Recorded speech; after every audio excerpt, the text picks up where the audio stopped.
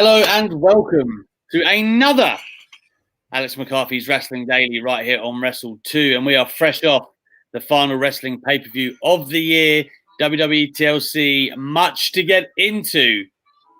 Murder is afoot, nonetheless. There's a lot to get into on that card and the news that has fallen out of that. It's been a busy week and interviews for me for stuff that we might touch on as well.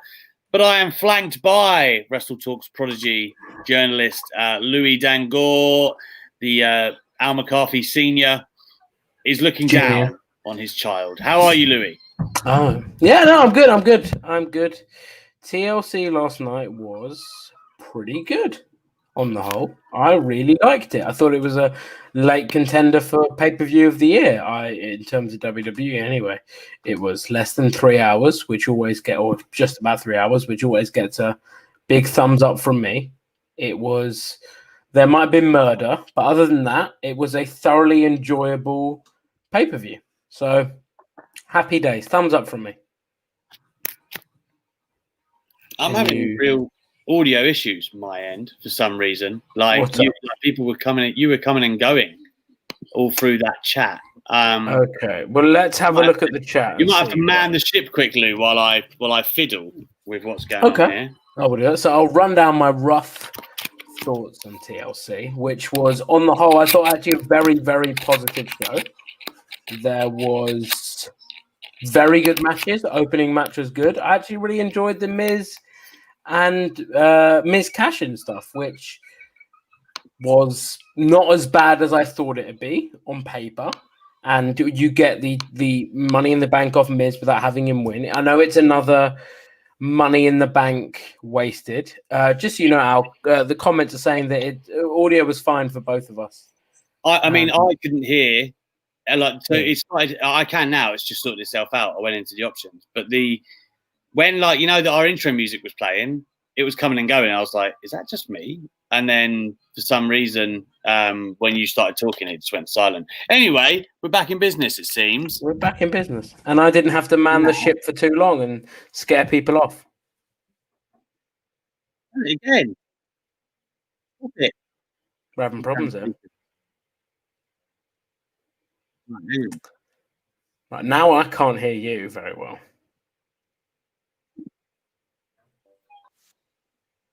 Say something. No. Okay, right. I'm leaving. I'm coming back. All right, I'll man the ship for a little bit. Right. So TLC, you can see these backdrops aren't kayfabe very well. So you can see this side of my room. But I want to see you guys in the comments. What did you think of TLC? What were your thoughts on the show? Your favorite matches? Your favorite segments? Did you like the Charlotte Flair return? What did you think of the murder at the end of the show? Because I know a lot of those sort of segments have been very divisive online. I've seen some people say like, "Oh, Charlotte Flair's back, it's great," and other people be like, "Charlotte Flair's back, not so great." So we got here from Dion. That's how I'm going to pronounce that name. It's been pretty good overall. I do agree with that. Mayor of Painesville, Dan. It was good until the main event happened. I do also agree with that. I thought the main event was a sour point. Thought Roman KO was a fun match. Yeah, I thought it was very fun. I probably think fun even sells it short. 3 out of 5. I don't know. I think I'd actually go 4. Low 4, granted. But I really enjoyed it. I thought it was a good show. Stop it, Louis. Stop fiddling with it. There we go. Right. I feel like we're back in business. Sorry for the technical difficulties, guys. Sorry about that. Louis, everyone knows what I've thought about TLC now. So is there any point us talking about it? The show's done, basically. Mm-hmm. Basically done. It's gone again. It's actually gone again. What is going on? So, can you not hear me at all? Can you not hear me at all? Okay. Right.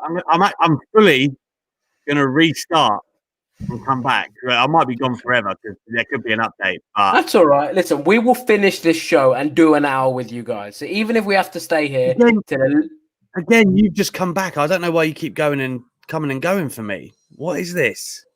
I mean, everyone could hear me when I was talking before, so I don't think it's an issue my end.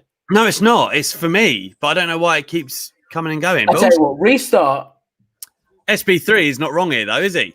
Hey? No. Look at you. Even before you restart your laptop, you're getting your plugs in. So well, tell you what, you go, sort your issues out. But it's working now, so I'm just like, I just don't want to touch anything. I just want it to be like, okay. Okay. It's all the issues on my end, people. Sorry, I don't know what is happening because I haven't done anything different than I usually do. But for some obscure reason, it's playing up. Anyway, as SP3 alludes to here, and of course, everyone who watches Wrestling Daily regularly last week will know that we were teasing, I want to say. Yes, we were aware that Charlotte Flair was going to come back and be the partner, and they were going to win the tag team gold. I've heard a little bit about what the plans are moving forward with Charlotte and Asuka. And yeah, I must say I'm excited to see the direction it goes in. I know some people were kind of like, oh, Charlotte Flair winning a gold again. But I think in the grand scheme of what this story could be, I'm excited to see where it goes, Lou. Yeah, no, it was really good. I enjoyed seeing Charlotte back. The match felt bigger, and it felt like a big match. And I can't remember last time a women's match without Charlotte, without Bayley or Sasha felt that big. So it was good to see her back. The women's division. I mean, if this is what it takes for WWE to start booking Asuka in big storylines on Raw, big matches, big pay-per-view matches, then I'm very happy with it. But I think people will be happy to know that we didn't spoil it beforehand. We could have done. Well, geez. As Abnav asked here, Alex, what was your tweet about spoilers referring to? Well, Louis just alluded to it here.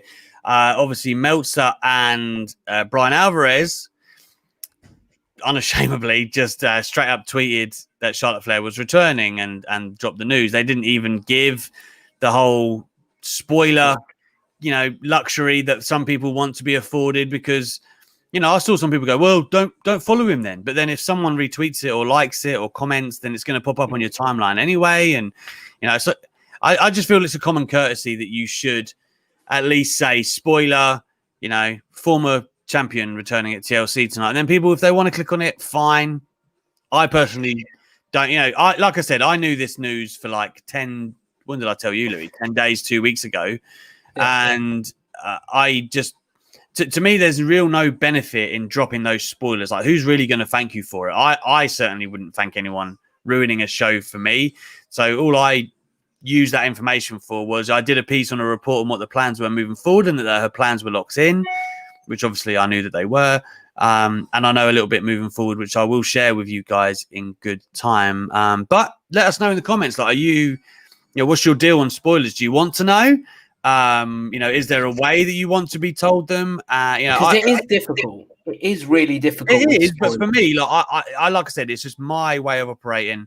I choose not to do that, but I understand. Yeah. I understand why people do spoilers, but I still think there's a way to do them. Yeah. Like, for instance, Sean Rossap puts them behind the paywall and teases them. It doesn't directly say, like, for instance, like, you wouldn't pay for it, would you, if he just told you? But that's the whole point. Like, Fightful Select, he'll say, I remember he said after I spoke to him as well about the Edge injury, he put that behind Fightful Select. And if you want to know that, fine, you go and you click on it, right? But I just don't think you should put it in people's faces the way they did yesterday. Yeah, like when we do it on WrestleTalk.com and we wrote up the Asuka storyline. So, like the Asuka piece. So when we did it, we're like, spoiler on Asuka's tag team partner. So if people want to know, they click. If they don't want to know, they don't click. And I think that's fine because you're giving people the option to have a look. But if they don't want to look, they don't see it. But then I do also understand that if we report on it, then in our comments to that tweet, someone's going to go, oh, don't want to see Charlotte Flair back. And then everyone's seen it. So it is a juggling balance of, do those things go out there? So, for example, if we were covering Game of Thrones, if we were TV series critics, and we found out the spoiler to the season finale of Game of Thrones, you wouldn't go with that. You wouldn't run with that piece. You'd be like, you know what, let's leave it. So I do understand that it's juggling. And we've had the same thing even on after the fact on YouTube videos here where people have messaged Jolly and Luke and been like, why are you putting, for example, Roman Reigns retains in the thumbnail? Like, I mean, if it's already happened, it's not a spoiler, is it? It's that's not what we say. It's not like our fault you haven't watched it. Yeah. I mean, like again, I understand why people do it and whatnot, but I feel like, you know, I'm an editor at TalkSport, so I get to dictate how we do things, and that's just how I like to do things. I don't want to spoil things. If I wanted to come off as somebody who I mean, I don't know everything for starters, but this is something I did know. If I wanted to, you know, revel in that, like a lot of people do in this business, as we all know, I could have done, but I didn't, you know, like I said, I didn't want to 2 weeks out spoil something for wrestling fans. You know, it just would have sucked, wouldn't it? Like, you know, even before Lana got injured, we knew this. And then when you start seeing that play out, I mean, that's the other thing as well. You don't 100% know in wrestling until it happens. But then when Lana got injured, it was like, okay, well, this really is happening then. But anyway, it's fine that they did it. I just don't like how they did it. Simple as that. Agreed. Understood. Completely understand that. But I mean, TLC on the whole, because I've given my thoughts, which you wouldn't have heard yet because you were having technical difficulties. What did you think of the show overall? Were you thumbs up, thumbs down, thumbs in the middle? How did you feel? I was a big thumbs up. I thought Hell in a Cell, TLC, all these gimmick pay-per-views just clouded my mind, Lou. I think it's as strong as anything WWE did this year, if I'm honest. It's one of my favorite pay-per-views WWE did this year. I still think AEW Revolution is probably my favorite of the year, but this was maybe in my top 3, certainly top 5. I think the only thing that really rivals it is Hell in a Cell and Royal Rumble for me, for WWE this year. But, I mean, I look up and down the card, I think they delivered or over-delivered on every single account. You know, if I have to be ultra critical, the Money in the Bank is a waste once again. And I understand people go, no, you can't have it every year. But the last 4 years have been, you know, Corbin, Strowman, you know, Strowman, by the way, a no contest in a Hell in a Cell, which is ridiculous. Lesnar, the way he won it as well was just ridiculous. And then you look at this year, Otis kind of flopping it to the Miz, and like they obviously never had a plan. It's pretty criminal because Money in the Bank, when you look at Edge, you look at CM Punk, Bryan, Rollins, God, I nearly forgot him.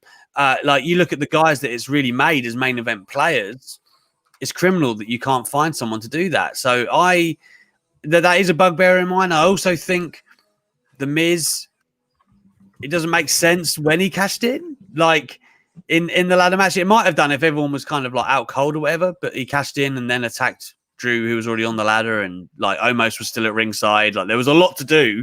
It wasn't a gimme. Do you know what I mean? Like when you cash in, you'd think it was pretty much a gimme. You know, if anything, you would have cashed in after the carnage and almost wasn't there and all of this stuff. But that's another thing. I will say that, like, I think that the way they did it was pretty good. It was entertaining. I'm just saying, like, if you're looking for logic. Oh yeah, of course. But I mean, I'm done looking for logic at the minute. But I mean, in terms of like how they made the storyline work, like Otis cashed in, thought he was going to win. Omos looked great, like putting Miz, like carrying him, putting him through the table, and then the chair, like the gimmick chair, was such a good spot. Like, really was. When Morrison cracked over his back, he looked so good. So that was really good for me. And then by the end, I thought anyone could have won it. And they left enough in the tank for Drew McIntyre and AJ Styles to go again, potentially at Royal Rumble, or if they want to increase Raw ratings, that could be a great Raw main event to book to, maybe on like a New Year's episode, like the first show after the New Year or something like that. But yeah, I thought the match accomplished what it set out to do. There was opportunities for like more storylines down the line, hopefully. And like, listen, at the end of the day, I understand people's gripes with Money in the Bank, but I'm far happier this way around than Miz being WWE champion heading into 2021. Yeah. Listen, I like the Miz a lot. I think he's a great, he seems like a great guy, a great company man, like someone that you can put to the media and be fantastic. But unfortunately, I just don't think him as WWE champion in 2021 is what you want to be doing if you're unhappy with ratings and really want to sort of give ratings a push. I don't think he is the right guy to turn that ship around. I think Drew is. And I know we've seen things go down, but with fans coming back, I think Drew deserves that moment of him being on Raw with fans, and hopefully we do start seeing that over the next couple of months, maybe even starting at the Rumble next month. Yeah, absolutely. Hang on. It's all right. It's me again. This if they're only first time listeners, that was kids TV like trying to take over my living room again. Anyway, I was going to say, if there's any first time listeners of Wrestling Daily, this is not the usual shenanigans we expect with the show. The show is normally incredibly professional, incredibly well done. Today has been I think we're on the TLC tiredness. Our laptops are saying no, we need sleep. So no, I mean, for me, like in terms of I didn't mind that the Miz didn't successfully cash in, and when I look across both champions, where would he have done it? Like, yeah, I'm fine with it the way it came out. I just think they could have done it better in terms of not making the Miz look a certain way. But I think that's just being picky because the match itself was very entertaining, and like you said, that's the goal, right? Coming into the last 5 minutes, you don't know who's going to win. I was legitimately buying like, damn, Drew can drop this here. I thought either was a good one. Could win any three of them. I see that the AJ Styles has tweeted today blaming the Miz, so I assume that's the direction that he's going to go. And obviously, we've got the Sheamus and Drew McIntyre feud that is brewing nicely, and you expect that to take some steps moving forward. Wouldn't mind seeing them face the Hurt Business in the next couple of weeks, maybe that takes them to the Royal Rumble. I think that there's a lot in play, and like that was a great way to start the show. I think Sasha Banks and Carmella wildly exceeded expectations. The pacing was great. The transitions were smooth as anything, as they always are with Sasha. But you have to remember that Carmella really did play her part too. You have to give her credit. A lot of people would say that might be her best outing of her career, and I'd be hard pressed to argue. Like I was very much like, is it really smart to put Carmella in as just been repackaged, and yet we're going to like feed her to Sasha Banks as the champion? But in actual fact, Sasha gets the win, and I think Carmella comes out looking better than she ever really has. Yeah, it was our best WWE match I think I've ever seen. Singles match, definitely. I think it was really, really good. Massively exceeded expectations. Sasha obviously played a very big part in that, being one of the best women's wrestlers out there. But Carmella more than held her own. The Code of Silence I really like it as a move. So good. And the transitions from the Code of Silence into the bank statement back into the Code of Silence were really nice. There were some nice sequences. Carmella looks the part. Her entrance, the way she carries herself. The sommelier, who now is called Reginald. Great catch from Reginald, by the way. She looked like she was about to fall on her head. Exactly. And he just caught her. And I was like, wow. He clawed her. You know, he's a former gymnast. So he's incredibly physically impressive, right? What he can do. So fair play to him. But no, I think this was a really good match. I think it elevated both women. Carmella didn't lose anything in defeat. And I know while we're on this, we have an ultra chat about this match. So I think seems like a good segue to do it. And obviously, if people want to get their ultra chats in, send them into WrestleTalk.com/Wrestle2, and we'll talk what you want to talk about, what you want to discuss. Any thoughts you guys have got on TLC? If you want to hear what we think the Rumble direction is going to be, the direction over the next few weeks, we can do that. So shall I hot tag to you for the ultra chat? You sure can. It's Bo Hill, one of our absolute favorites here on the show. And he says, TLC thoughts, AJ should have won. Why wasn't Mella disqualified? Glad to see Charlotte back, as makes for a great story when she and Asuka inevitably feud for the title. Can't make final decision on the Fiend until I see how Bliss reacts. That will be interesting. I mean, yeah, do you mean in reference to the sommelier or Reginald getting involved, so, yeah, dragging her out of the ring? Yeah, I mean, I suppose he didn't hit Sasha, so I don't know. It'd be very fine lines with WWE and when they're feeling like enforcing rules and when they're not. AJ should have won. I'm very much okay with Drew being the champion. Charlotte back and Asuka is inevitably going to be great. You're not wrong there. As far as the Fiend goes, I'm sure we'll touch on this a little bit, but he's such a mythical character. Like, yeah, he got burnt alive, but the Undertaker was buried alive about 4 times. Paul Bearer even survived worse, I would say, than that. So he's not like gone. I just feel like it's going to be like a rebirth or like a next step in his character. And of course, Alexa Bliss is central to that. I don't know. I don't think we see the Fiend for a while, at least. I think there could really be something good. Maybe Bray's even happy that like he's ridded himself of the Fiend. He's got that devil off his shoulder, call it. I think that could be a really good story. You could have him try and refine and sort of Don't you think the end of this story though should be him getting his revenge on Orton? Like, yeah, but I think you can drag this out till Mania if Randy and Randy and Edge isn't the plan. Gone because Undertaker was, he would go away for months at a time on things like this. So you're right; it probably will be something that they put on the back burner and come back to. Back burner. But I think, yeah, you've just said it right there. Edge and Orton, if that's your plans for Mania, then you have to figure out ways to kind of get around that. And I don't want to see the Fiend kind of lost in the shuffle for Mania season as a result of that. So we'll see. So, I mean, what's confusing for me is WWE.com have just tweeted, WWE.com have posted an update today saying, has Randy Orton finally rid himself of the Fiend? The Viper repeatedly said he'd stop at nothing to put an end to his long-running issue with Bray Wyatt, and he made good on his word in sadistic fashion at TLC. Will Wyatt still find a way to torment his nemesis?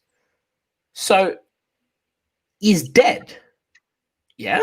Are we supposed to think he's dead? Was that what last night was? I wrote that headline on TalkSport today. I was like, Randy Orton burned Bray Wyatt to death. Death. He's dead. He's got to be dead. Like, he burnt him alive. So Gamer Bro has said it was a stuffed dummy. We know it wasn't actually. We know that, Gamer Bro. Come on, man. But, in terms of kayfabe, what we're supposed to believe, let's suspend disbelief for a moment. By the way, I'd love to know how they did that with his jacket, like how he wasn't like burnt to a crisp, taking an RKO and like that little, like obviously the jacket had some kind of like repellent or whatever on it that like abstained from just melting him. But it was cool, like a very cool visual how they did it, I think. And in terms of news from the show, WrestleVotes tweeted that the match was pre-taped, so it wasn't live. So obviously the final bit wasn't live. The bit in the rocking chair, which I really enjoyed, was quite cool. Wasn't live. Okay. He's trolling you at this point. He must be. I hope he is, because we know he's not dead. But I think so. I know people in the comments are saying like, "Oh, it wasn't really Bray. It was like a dummy, whatever." We know that, but that wasn't what WWE was trying to show you. Like, they weren't trying to say that he's not dead, or he's not being burnt. Like, they were trying to say like Bray is burnt. And I mean, it's all right. Braun Strowman was suspended for headbutting Adam Pearce. I mean, what's going to happen to Randy Orton for murder? Not attempted murder, not attempted headbutting, just flat murder. Listen, you know what you do when you murder someone? You hit your pose. That's what you do. I love that. I love that he hit the pose after murdering him. Unbelievable stuff. Listen, making our way through the card, I thought the women's tag title match was, I thought it was good. I thought Charlotte looked crisp and fresh on her return. It did what it was meant to do. I don't think it was like a classic by any stretch of the imagination, but it kind of got over the fact that Charlotte and Asuka were the team. the Queens of Tomorrow, I believe they've called themselves. So, it did the job that it was meant to do there, and it was kind of a cool way to bring Charlotte back. And obviously, we know that she was very assertive on the plans and what she wanted for her return. Wasn't crazy about Shayna taking the pin again, but why do they protect Nia so much? I mean, Nia bumped around in that match more than ordinarily, but I don't know why. God. Well, yeah, but what my problem with her not taking the pin, and also when Charlotte kind of got the hot tag, Nia was the one in the ring. Like, Charlotte should have been going crazy because in storyline, Nia Jax broke her collarbone. That's why she's been away for 6 months. But commentary barely acknowledged it, and Charlotte just kind of she came in, did her usual chops, and went to business, which is fine, but. Why wouldn't she have been dead set on putting Nia Jax down? I mean, it could be a layer to the story yet to come. I know we've come to not trust that with Charlotte Flair, but I just felt like it would have made sense if you're going to have Charlotte come back and have a rip-roaring return, then it should have been on the person that put her on the shelf. Yeah, I agree. I think that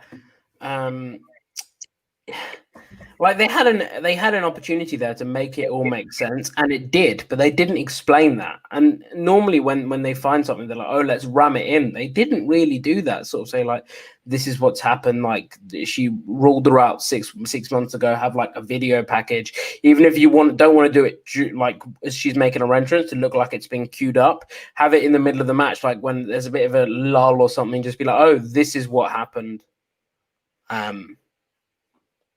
however long ago, 6 months ago, this is what happened.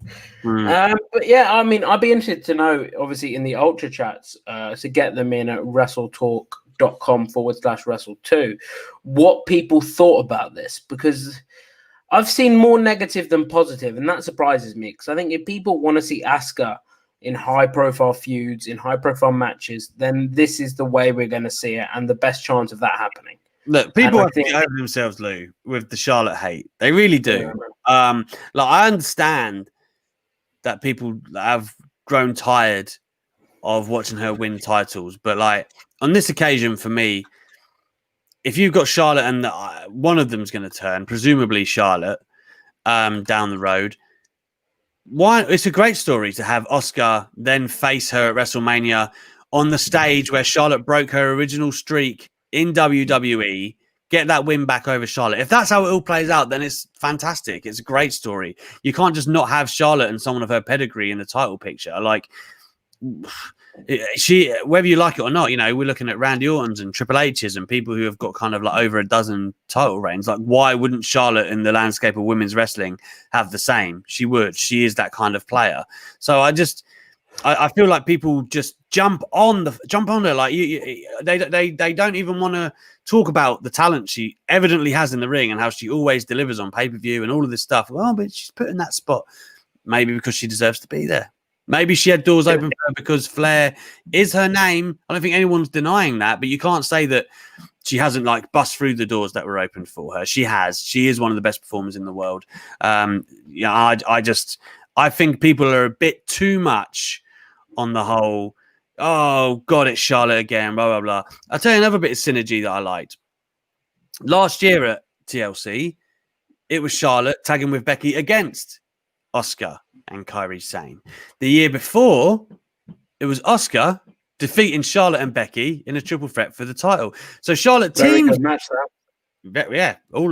Charlotte teams with Asuka this year to get the first win at TLC, and it's almost like she had to team with Asuka. It's just a really good story. Actually. A nice subtle bit of storytelling there. That she had to align with her, and then we're going to slowly peel back the layers, and somebody's going to turn. So I'm more into it than a lot of the people I saw are on Twitter. But it's very divided. I don't think it's just completely negative or either way. There are a lot of she's got a lot of fans, she's got a lot of detractors. But I personally objectively say that Charlotte Flair is good. Yeah, I agree. And I mean, Luke Owen has a great video on Parts Unknown on Is Charlotte Flair Actually Good? Spoiler, in my view, she is. Yeah. But yeah, I think that Asuka made history at TLC, becoming the first woman ever to win a women's tag team title with 2 different people. So kudos to her. And a thought I had while you were talking, I know how the Fiend's going to return. There was a smaller Fiend underneath the bigger Fiend. Right. Did you get the Money in the Bank reference? Mm-hmm.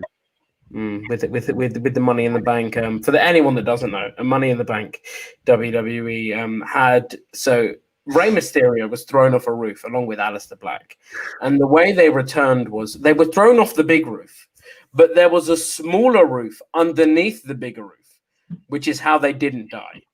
So this is what's going to happen. There was actually a smaller Fiend underneath the bigger Fiend, which is how they survived. I think it's actually been said in the comments. Did you come up with that? Well, I didn't see it from anyone, but it looks like it's been thrown around in the comments. What a year Rey Mysterio had, by the way. Off the roof, lost an eye, daughter's dating. COVID, poor bloke. Poor bloke. Oh dear. But yeah, I think obviously moving on from that match, we then move into the Hurt Business and New Day. Again, they've got easy chemistry. Like, they're gonna have good stuff. It's gonna be a good match. You know what you're gonna get. But for me, the star of the show here is Cedric Alexander. Man, that guy is growing by the week. He exponentially he has grown since being in the Hurt Business. In this match, of course, at the end, we've got Shelton Benjamin, who is basically got the win locked up. He's got Kofi cooked, and Cedric tags himself in, lumbercheck, which is a great finish, by the way. And then that's all she wrote. Now they're the tag team champions. So it's one of them, though. It's just these slight mannerisms and the overt character that Cedric has just struggled to project his whole entire WWE career. Obviously, always a great worker, but he wasn't able to kind of flush out the character and have some personality. Every week now, he's growing a little bit more and more, and you have to say that, working alongside MVP is literally doing wonders for him. I'm very happy to see the Hurt Business collect this, because if they'd lost, it would have been really, really weird with the weeks of TV that we'd seen precede it. Yeah, I mean, listen, two points from me here. It was so refreshing how WWE didn't do the typical, like, all right, there's a dissension in the heel ranks, so Cedric Alexander tags himself in, loses the match for his team because he's too cocky, and then all his teammates then look at him all angrily after, and then we go back to normal on Monday. Like, it's so nice that they just, all right, the wins are getting to Cedric's head, and they're actually pushing him. They're giving him big wins. He won that match for his team. Great story. I mean, you can spin that off into a Drew and Sheamus feud, which could be cool, similar to what we saw with the AJ and Chris Jericho feud in 2016. That, like, the Y2 AJ stuff where they teamed and then had their match. That could be cool. I think that, yeah, really good. Obviously, nice to note that Shelton Benjamin obviously dedicated his win to Shad Gaspar, who passed away, obviously, tragically earlier this year. So all the more terrible, poignant and touching that tribute. Had 4SG written on his wrist tape, so that was very nice. Obviously, to see him, very touching. Kofi lost a few teeth, so it was hard hitting. And I mean, you spoke about the year Rey Mysterio has had, not having the best year, getting thrown off a roof and having his eyeball removed. But what a year MVP has had! Like, he came in as the Rumble as a little cameo that was like, all right, this will be cool. Chuck him in there. Had his retirement match the next night on Raw against Rey Mysterio. Was then paired with Brendan Vink and Shane Thorne with the original Hurt Business, if you can even call it that. And then he's just gone from strength to strength to strength, moving from a producer role to a full-time on-screen. Aligned himself with Lashley, and Lashley's looked better than he ever has before. Shelton and Cedric are looking better than they ever have before, or it's definitely for Shelton recently. MVP just looks the part. He's been a great, pardon the pun, he's probably been one of the MVPs of WWE, especially Raw, over the last couple of months. Can't even pun. Come on now. Go on. But yeah, no, it was good. It's really nice to see MVP in that role. Really nice to see Her Business picking up some wins, and then that image of them all draped in gold at the top of the ramp, like that, just it's a great image. Always works for me. And I've been spinning off this. There's unfortunately there's not a lot of options, so we'll likely see more of New Day and Her Business. I just hope they don't run it into the ground. I'm a sucker for the Evolution, Undisputed Era, kind of like stable, draped in gold image. I said this on Twitter yesterday. I feel like MVP is the best pickup the wrestling industry has seen this year. I think him and Eddie Kingston are the best signings that any company has made this year in terms of impact. I think you look at what Bobby Lashley, well, Shelton Benjamin was sitting in catering, but what would Bobby Lashley and Cedric Alexander be doing without MVP? Like, he has essentially taken them to those heights. You know, Eddie Kingston has done amazing, like, and exceeded expectations, and you grew a whole new fan base with his work in AEW. He has been a great pickup, right? An unexpected one. But MVP to come back, he's touched so much more around him. Like, his radius makes people better. And I love the guy. I feel like his charisma on screen has paid dividends for so many people already. And yeah, I just think as far as a pickup goes that you wouldn't have called, my God, you know, the value that he's brought to the table for what his spot was meant to be is insane. Truly amazing. That does move us on to Roman and Kevin Owens, which we need to get through before we do get to some ultra chats, which you guys can still hit us up with at WrestleTalk.com/Wrestle2. I love this match again. For me, Roman Reigns is one of, you know, Kenny Omega's in the same breath probably at the moment with the way his character's going, the hottest things in the business. Yeah. And I'm looking at Roman Reigns in this match, but Kevin Owens is all I could see. Like, that guy was stealing the show. These guys had a barn burner. You know, a lot of Jey Uso getting involved and all of that stuff, but Kevin Owens was irrepressible. He had that fire that I find so magnetic when I watch Kevin Owens. Like, you know, that kind of Kevin Owens that is focused and determined to overcome and to just lay a beating down. Like, he wouldn't go away. I thought it was really, really well done. Again, Owens loses nothing in losing this match. It was a great outing for him. And I think that's a testament to Reigns too, that, you know, his work with Jey Uso and Kevin Owens, like what he's done thus far as champion, has elevated a lot of people around him. And I think that's a bit of an understated quality in a champion. So for me, Roman keeps rolling along amazing. Kevin Owens looked amazing. The story keeps going. Yeah, I agree. I think it really worked. Kevin Owens looked great in defeat. Like, he was so resilient and could have a legitimate gripe to say, listen, I should have won the match if Jey Uso wasn't there. So on SmackDown next week, it was SmackDown this week, the Christmas Day episode, WWE is putting on a Universal title match, Steel Cage, Kevin Owens versus Roman Reigns rematch. Obviously, so I guess that the rhetoric going into that, the idea will be, oh, Jey Uso can't get involved, even though we know he could climb. He could climb. It's worth saying as well, Big E and Sami Zayn will also fight for the Intercontinental title on the Christmas episode, and these will be taped tomorrow, I believe, on Tuesday. I'm in the Thunderdome for that show, so I will. Okay. Do some good reaction faces. I'll be practicing in my mirror. I'd like to see that. This does bring us back to the spoiler thing at the beginning of the show. I think we're in agreement that we won't spoil, even if we do know what will be happening on that show. If you do want to get them elsewhere, feel free, but let's keep Wrestling Daily. I will have them on WrestleTalk.com, so I will have but I will clearly, as we said earlier, preface it with a major spoiler written in bold, written in capital, so no one can miss it. And then if people want to do it, they can. If they don't have to. But I mean, we won't be discussing any spoilers on Wrestling Daily. No, and ideally don't in the comments either if you do decide to check them out. But anyway, Lou, proceed with your Kevin Owens loving before we get to the fiery main event. Just really good show, really good match. It was. I understand. Listen, when this went on before the main event, I was this should really main event, and then during the match I thought the same thing, but afterwards, after the main event, I was like, okay, I can understand why the main event went on last, like why the Firefly Inferno match did, because I don't know whether I'd be able to have concentrated as much on this match if I'd have seen murder beforehand. Like, what are you supposed to do? How are commentary supposed to act? How is anyone supposed to do anything? So I do understand why, obviously, the Firefly Inferno went on last. I mean, we have actually got a spoiler in the comments here for SmackDown from Tempest, who said the CM Punk returns on SmackDown. Egg on his face when that does happen. But I actually tweeted this about the SmackDown stuff. There's 6 weeks till the Rumble.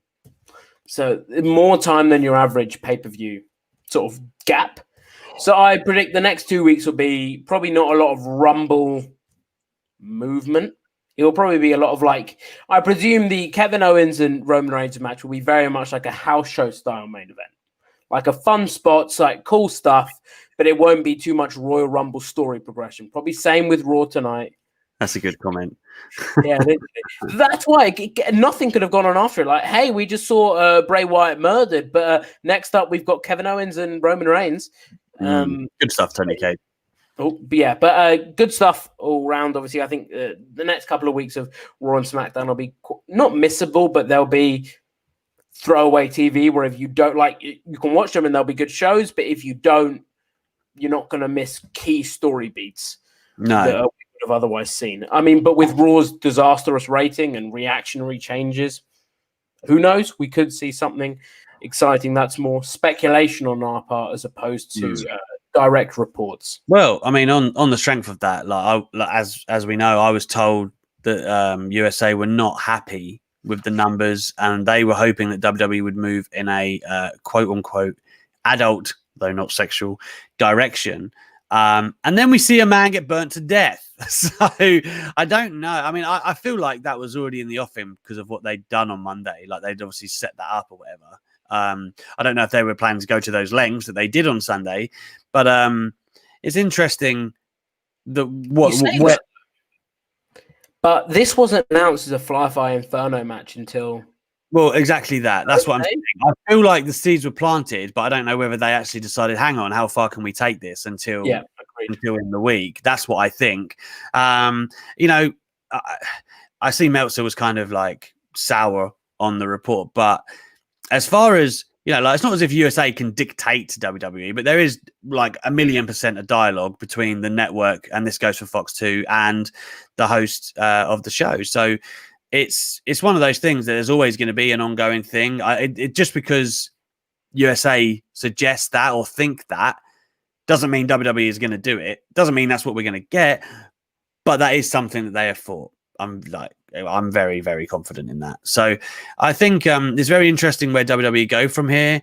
And as we saw in the main event, what really happened before the fire was filler to me. It was just action, not even like particularly amazing action, but it did set the table. I didn't hate it. I know Louis wasn't a big fan, but I didn't hate it. But it was really kind of just getting us to where we needed to get to. And it was. I do just want to, before you continue, just on this Meltzer stuff, just this comment from Elliot Fletcher. Elliot, who could have possibly guessed when she was coming back? Who could have done that? I mean, there's 0% chance anyone could have guessed. Zero. Now that's a good pun. Now you're talking about puns. Only because it puts you over. I did actually post the screenshots of that yesterday, and I never really do that, but just because people are shooting shots, Lou. No, but, I mean, yeah, go on with what you're saying. I couldn't resist that little quip. Yeah, I don't think Matthew McCarthy quite understands what's happening here. Okay, so for those that don't know, Dave Meltzer obviously said that, and not only Dave Meltzer, PW Insider, I believe, also said that Charlotte Flair will possibly be returning around SummerSlam. Alex reported that there'll be no chance that's happening, and that she'd return around 0% chance that she return. And I think you said Survivor Series if a good story comes up, if not around Royal Rumble time, which is exactly what we've had. Yeah, which is exactly what we've had. But we knew this because I knew the date of her surgery was like 26th of July. It was something like that. So, and obviously there's a 6-week gap, in just before you even start working out or whatever from what she was doing. So there was no way that she was ever planning to be back for SummerSlam. So just the idea that it was even considered is not true. No, Matthew, what aren't you following here? I didn't report she'd be back for SummerSlam at all. I was the only one who contradicted that. I said she wouldn't be back for SummerSlam. I hope we've all got that clear now for everyone. I think we might need a tweet from you clarifying this, but no, it's obviously I'll nice to put see. the link in. I'm gonna find it now.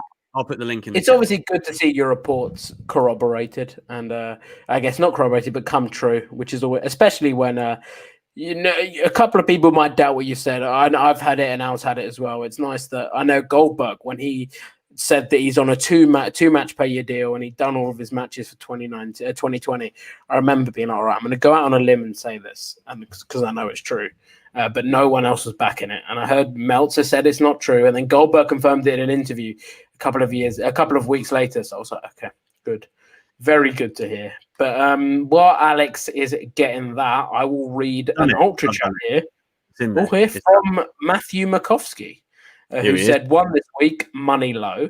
Would love to hear your thoughts on direction for Asuka and Charlotte now. I no longer think that the Rhea thing will happen. Also, goddamn, Roman Reigns versus Kevin Owens truly got the job done. The emotion.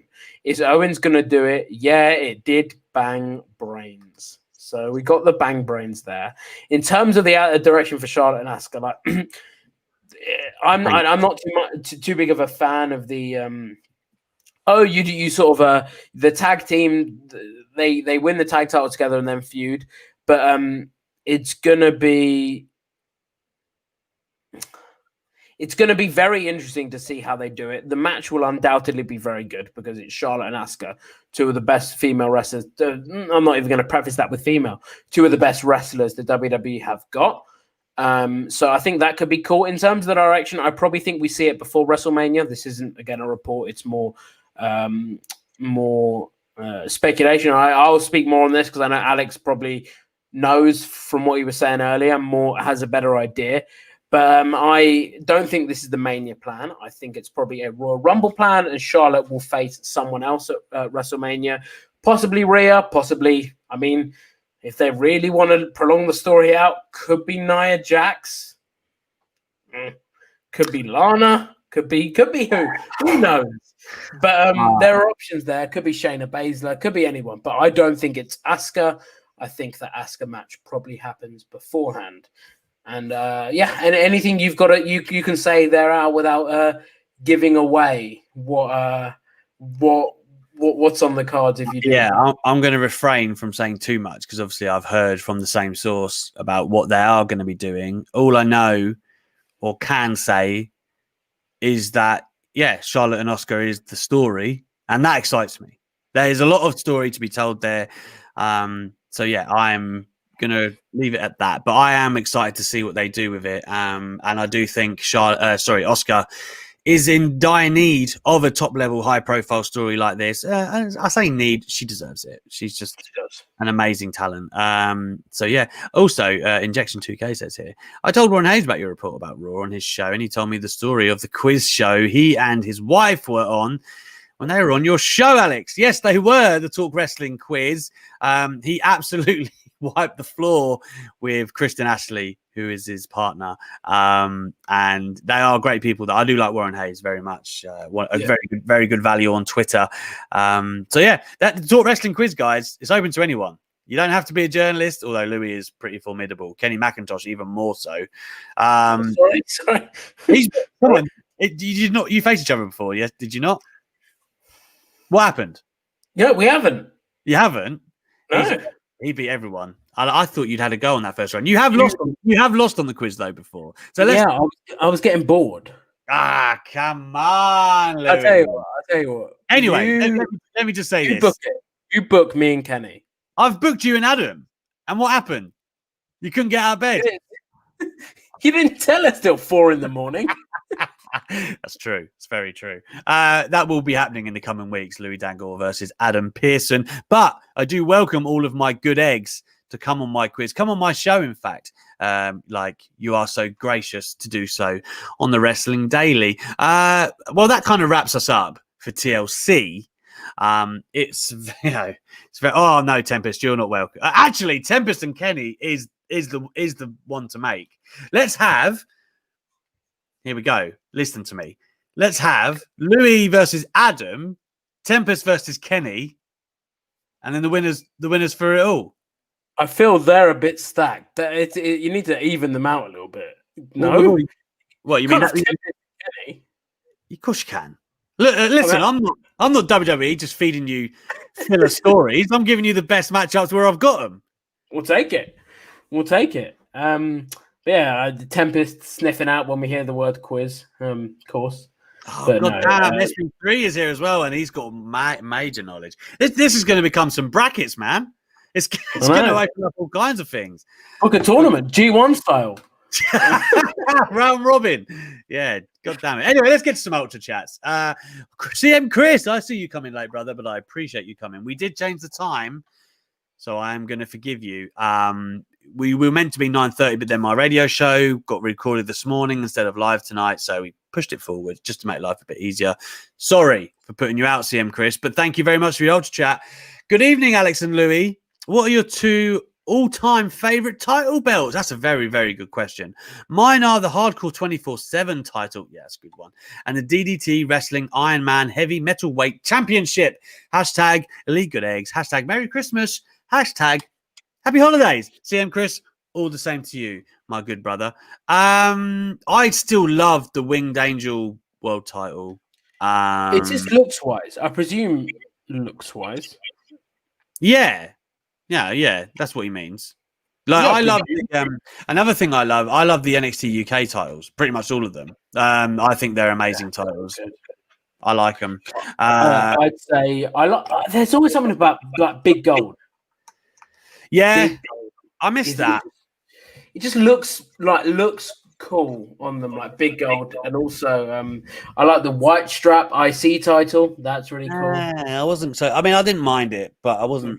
I preferred the incarnation before that. I loved. Do you remember when they first unified the titles, and obviously when they first actually amalgamated them into one undisputed belt that like Lesnar had and Undertaker and that was a sick title as well. That was nice, but I'd say if I had to pick two, and we're just going off WWE here, I think the AEW World title is really cool. IWGP title is really cool. Yeah, that is sick. Yeah. But in terms of WWE, I'd go for Big Gold and NXT UK. I think NXT UK is really, really cool title. So I'd go for those two. I mean, just to be different, I'll have the Winged Eagle from the Attitude Era. I think that's a serious title. Moving along, CM Chris, thank you very much for that, my friend. Moving along, we've got Matt Nettickfield. See what you did there? Very clever. Hi guys, finally watching live since Wrestling Daily started, as I've always been working 2 to 11, but now on my Xmas break. Congratulations, Matt.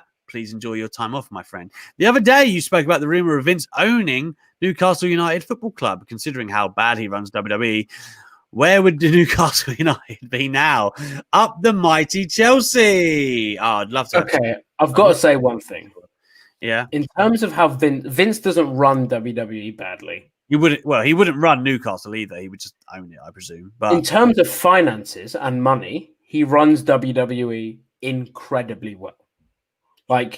Incredibly well. You can disagree with some of his decisions, and a lot of them are very easy to disagree with.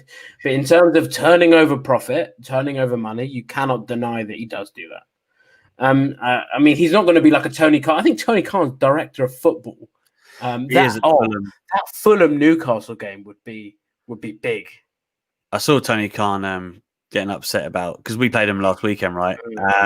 I see he was upset about how that played out, and I very nearly tweeted him, but I left it. You still need him on your good side. But no, that Newcastle, Tony Khan. Yeah, that Newcastle Fulham game of AEW versus WWE, it would be like a derby. It'd be spicy. I mean, that's the thing. Like, Tony Khan, the Young Bucks, telling me this the other day that Tony Khan has thought about running shows at Craven Cottage, and I believe that was kind of the primary report on Vince wanting St. James's, which of course holds 52,000, one of the biggest stadiums in the country, with an amazing hotbed of fans as well. That was the crux of it. They wanted like a home in the UK that they could use. I don't think there was anything really serious in the report, but you know, I would anyone but Mike Ashley. I know there's probably not a lot of football fans in here, but I really can't stand the Newcastle chairman. He's put his hand in his pocket lately, but my God, he's got years to make up for. And you say up the Chelsea. I love Chelsea's squad from a talent perspective. Man, they are set up great for the next 5 years or so. Man, enough football chat though. Liverpool top of the league, so that's all I'm going to say. But we didn't cover this when we were speaking about that. But Roman Reigns injury update. So there's been a little bit of our habit of not talking about the title of our video is going to come back and bite us there. It's because we just get carried away with it. But Fightful Select reported that so a lot of people were seeing Reigns favouring his shoulder after the match. Obviously, a bit concerned that maybe he'd injured himself. Fightful Select reported that no, he was all fine backstage, with one source saying, and let me get the quote up here because it was a very, very good quote. Just that he's very good at his job or something. Yeah, I think it was like, oh, he's very good at his job, which obviously just like he's just a good, very, very good seller. The report says exactly, he's very good at his job. Exactly that direct quote. So obviously great to hear he's not injured. And we'll be seeing him in action on Friday on SmackDown. Of course he's good at his job. Of course he is. Just to pivot back here quickly, Adam Southwood says, Alex, how do you think Steve Bruce is doing? I saw people calling for him to be sacked after the Fulham game. I did not like Steve Bruce when it was appointed. Not that he's not for, he's a Geordie and that's cool and that, but I just didn't think it was a progressive appointment, but I think he's actually done exceptionally well with the resources he's got and the players that he's got. So there you go. He's won me round, and I hope he stays around for a little while. You're 12th in the league. That's pretty respectable. I'll take that right now. I really will. Hayden says, Alex, what is your second favourite match? Whatever? Of TLC? Narrow it down for me, mate, and I will answer that for you before we finish up today. Lou, is there any other news that we need to get to? Not particularly. I did want to cover your interview with AJ. Yeah, which if people haven't checked out, and we'll go. I know we should be done in about 3 minutes, but we'll go an extra 10 or so or 5 or so, however long, because there was obviously a bit of issues at the beginning. But why don't you talk us through what your interview was with, what was said in your interview with AJ Styles, because there was a lot that was gave me a field day on Sunday to go through and read through. And while you're doing that, I will go and get the link and share that in the comments of people that want to check out your interview. Cool. First of all, for anyone who hasn't seen it, you can watch the full video. It's only 13 minutes or so on Inside the Ropes YouTube. So make sure you make your way over to there, because it really is what I would call my best interview of 2020. One of my favorites ever. AJ was so open. I've done a lot of writing for on TalkSport, and of course, Louis has got it as well on WrestleTalk. So pick up those lines. First of all, talking about The Undertaker, and saying that he had called him a month after the WrestleMania 36 match, trying to find out if Taker would be open to a match in front of fans, or if they could do something together in the future. He does say the Undertaker has not returned his call since, so it doesn't seem like he's going to get his way. But AJ did say he tried, and that was something that he wanted. Speaking of which, WrestleMania 37, AJ is targeting Triple H. I don't know if people would have called that, but he is. That's somebody that he wants to face, and it's a long time thing for him. Someone that he's admired, and Triple H is the guy that he wants. He's been putting in. Last year it was a phone call to Undertaker. Those who have seen the Last Ride documentary will know this. AJ put a call into the Undertaker and convinced him to face him at WrestleMania. He's been doing the same to Triple H. He's been calling him. He's in his ear. He's trying to talk him into it. He says he's working on it, but he doesn't know if it will happen. If not, he would like Edge. But of course, we all know that Edge and Orton have got some business to finish as well. So it's very interesting the way AJ Styles is looking. He obviously doesn't have firm plans at the moment, but he has his heart set on Triple H. He also talked about the Twitch streaming situation. There was a report that talent had gone to meet Vince McMahon. I can't remember who actually put that out, Louis. I'm okay if you want to interrupt me and say I cannot remember for the life of me. But what AJ did do is confirm who was there, and that was himself, Xavier Woods and Sasha Banks. They met with Vince, and essentially AJ said he's not happy about it, right? Like, he's going to eat it because he's a team player and he'll do what he's told, but he's not happy about it. WWE is still in discussions with Twitch and internally about what they're going to do.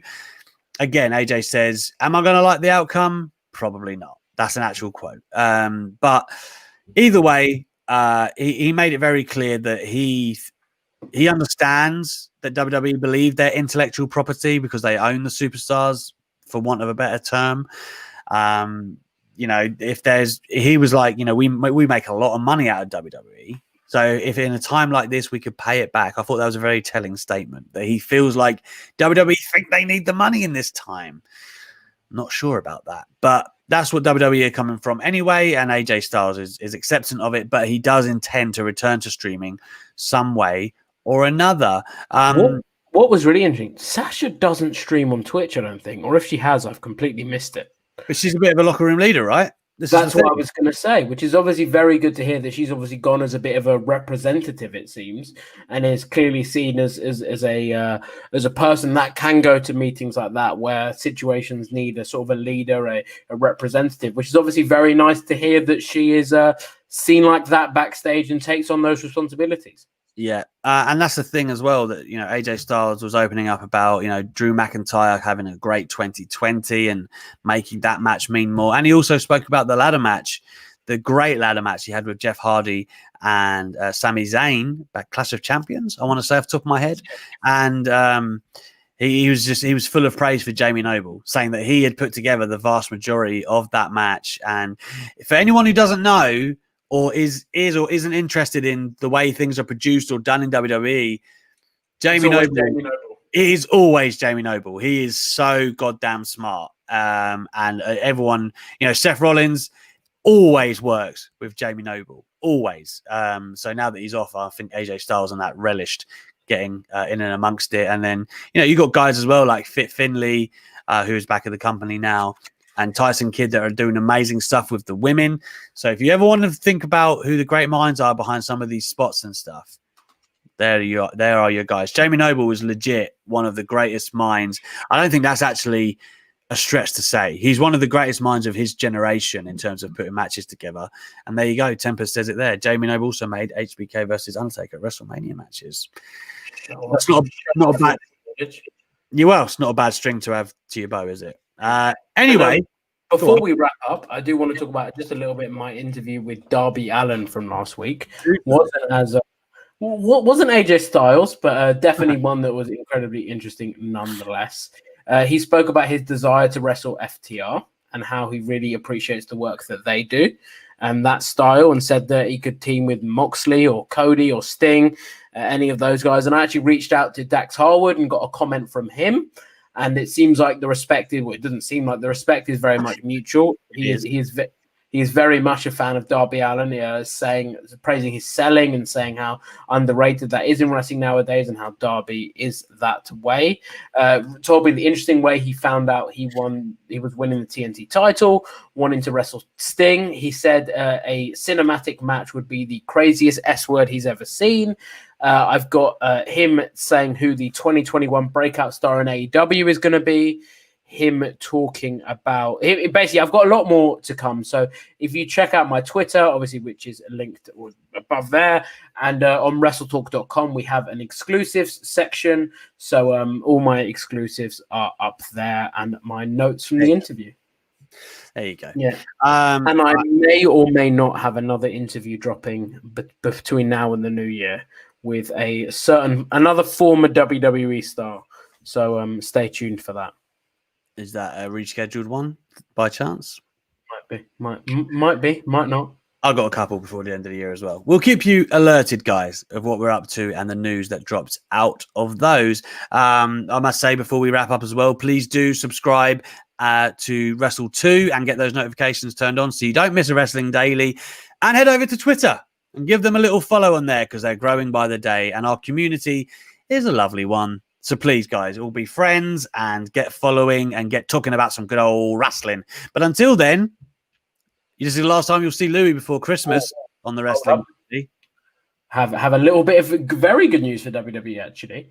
SmackDown has the rating just been revealed, and it is just over 1 million, which is 200,000 more than they have got previously on Fox. So great for them. On FS1, it's worth. On FS1, sorry, yeah. Oh, apologies, on FS1. So yeah, good news for them. Very good. And news. yes, you won't see me until after Christmas. So obviously, Merry Christmas to anyone who celebrates it, and I hope everyone that is that is able to can see their family, and those that can't, I hope you guys enjoy what you are able to do during the festive period. And obviously, you'll be back tomorrow with SB3, and on Wednesday with Stephanie Chase. So you'll get all of your Wrestling Daily hosts this week, although just forward a day. It's just forward a day. That's all it is, guys. So thank you so much for joining us tonight. Anyway, Louis, thank you so much, brother. I know we've got one more, a couple more together before the end of the year. And of course, next week we do have that ending show where all four of us will be on there. So until then, me and SB3 will be back tomorrow with our Christmas jumpers, another installment, and we will see you then. Thanks for joining us. Goodbye.